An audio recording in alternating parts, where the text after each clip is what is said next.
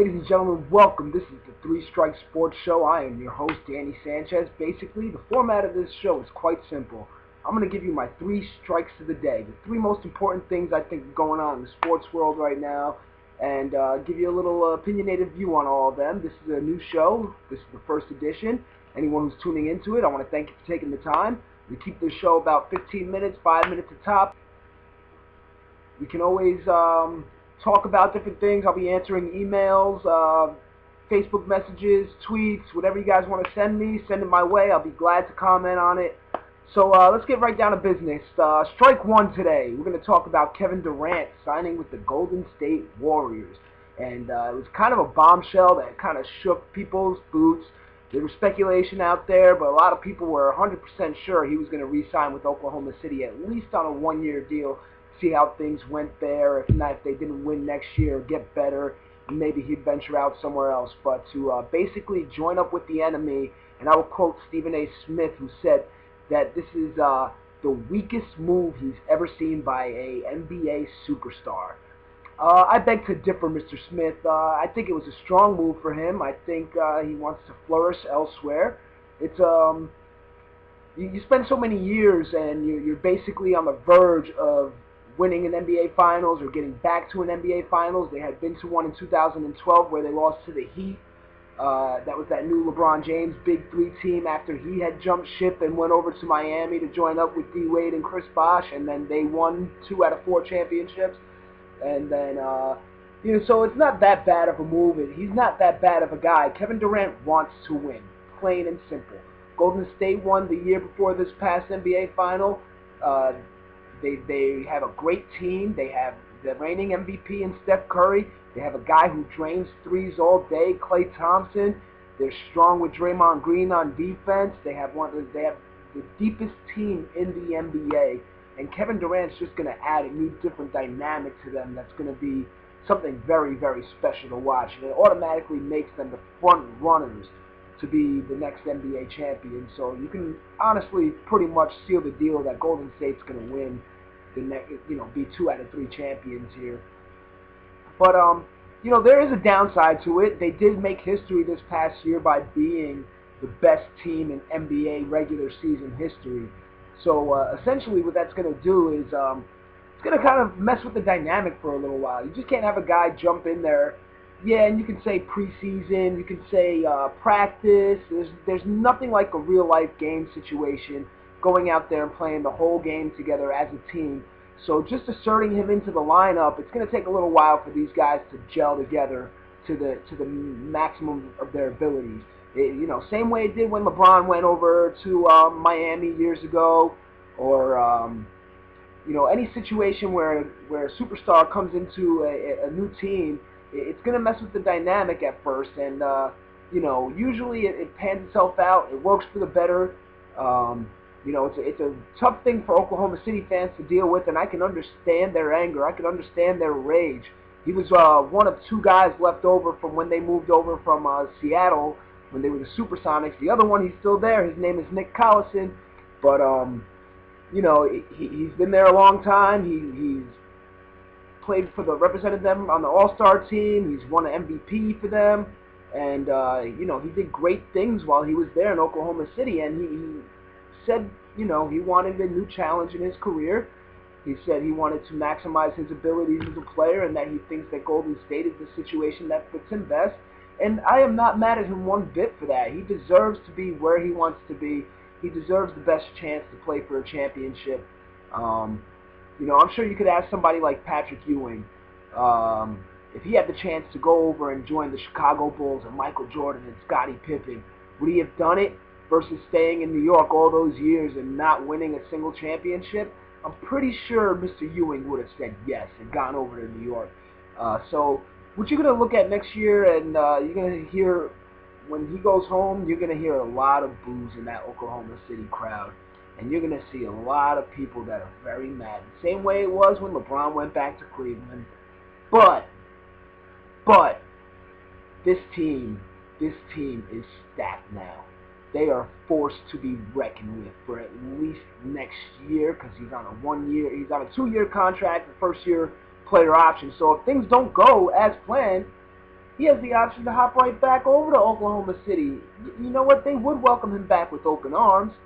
You know, guys have done that before. Hey, look, LeBron's back in Cleveland with open arms, and what did they do? They won a championship after he'd gone away and won two in Miami. So, you know, it's not the end of the road for Oklahoma City fans. It put them in a new position with Russell Westbrook. You know, he's now essentially the only star there. And yes, they made that trade to get Victor Oladipo and a couple of other guys, but nothing close to as much as the devastation of the loss of Kevin Durant is for that team. So it's going to be interesting to see how that folds out. So on to the next topic today for me. Next topic today, we're going to discuss the second half of the baseball season. We're coming off of the All-Star break here. Not too many big surprises in the major leagues right now. It's kind of stayed the way it was last year. You got the Cubs. You know, they're right in the mix of things. They're starting to slack off right now. The Giants, who are always there, are ahead of the curve right now. After struggling last year a little bit and missing the playoffs, they're back at it. They're the best record in baseball right now. They're the team to beat in the National League at the moment. But the reigning NL champion New York Mets, they fell 6 games back. They've been decimated by injuries. If they can get healthy, and not only get healthy, be able to get another couple of bats in there. You know, Duda's been gone all year. They lost David Wright. Cespedes has been off and on. Granderson's batting like mediocre 230. So, you know, they're definitely going to want to add another bat. That young pitching staff, even with the loss of Matt Harvey, they're still going to do their thing. You have the ageless Bartolo Colon there. They're still going to continue to compete, if not for a playoff spot for their division. If not for their division, then for a wild card spot. And they'll definitely make the moves to make the effort to try to compete and at least punch their ticket to the postseason. Over in the American League, you know, the Royals are not as good as they were last year. You got a couple of other teams coming up in that division. You have the Cleveland Indians, who are looking really good. You have the Tigers, who are always going to be a team that wants to compete. Then you look at the West, and you kind of have the Rangers and the Astros there. They're neck and neck right now for the best record in the division. They're both trying really, really hard to get healthy. The Astros started off really slow this year, so they're just hitting their stride going into the All-Star break, which is a really good thing because a lot of teams that hit their strides going into the All-Star break usually finish the season pretty strong. Then in the AL East, you have the Orioles, who are pretty much on top of that division right now. The Red Sox are still there a little bit, you know, hanging on, clinging on to life. I believe in third place there, you're going to have the,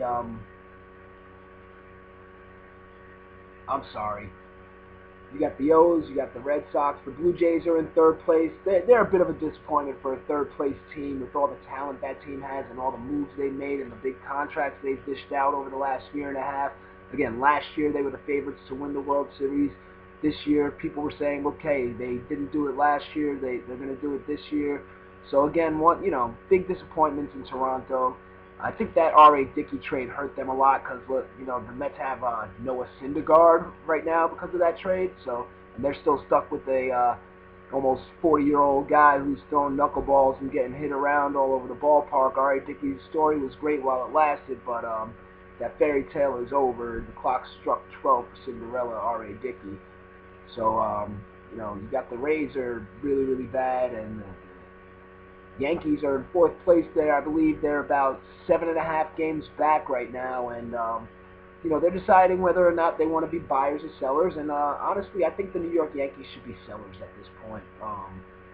There's a lot of age there. There's some value for some of the age there, and they should be able to get a few young prospects to help rebuild that farm system. That farm system's been depleted for some time now, and you know, the more youth they get in there, the better off they'll be in the future. They can kind of take a blueprint from their crosstown rivals, and even though Mets fans suffered for years watching that talent develop and gathering that talent, you know, the Mets are going to be competitive for years to come because of the talent that they acquired when they ditched their big-time contracts, cut their payroll, traded Dickey, let go of Reyes, traded Beltran. So, we'll see what the Yankees decide to do. I think the Yankees should definitely be sellers, though. There's no reason for them to buy. Yes, they have all the money in the world. They're a multi-billion-dollar conglomerate, but there is no reason, absolutely no reason they should be buying right now. They're not going to compete for a division crown. Their pitching isn't there. Their bats aren't there. And I'd be very, very shocked if the Yankees are buyers at the trade deadline. On to my last topic, UFC 200. UFC, you guys delivered. You delivered a great card, and even though the main event had to get moved around, the main event that took its place, the finish was just right for what a UFC main event should be. The co-main event, you got to see the Beast, Brock Lesnar, come back to the UFC ring and dominate Mark Hunt. Now, this fight wasn't even close. Yes, Brock Lesnar took a couple of punches, but other than that, he was able to manhandle Mark Hunt, use that amateur wrestling background that he has, and use that power that he has. And I don't know if you guys noticed, if you guys watch WWE at all and see, what the shape Brock Lesnar was in before getting ready for this UFC event, Brock Lesnar got himself in the best shape I've seen him in years. And it's a testament to the hard work he put in, knowing he was going to commit to this fully and make a statement, because that man is one of the most gifted athletes on the face of the planet. You had Cormier, who, felt bad for the guy. He was supposed to fight John Jones, and John Jones messed up, and, he fought a guy who had 48 hours notice, who is definitely in the twilight of his career. This fighter is the greatest fighter in UFC history, but he is no longer the greatest fighter in the UFC.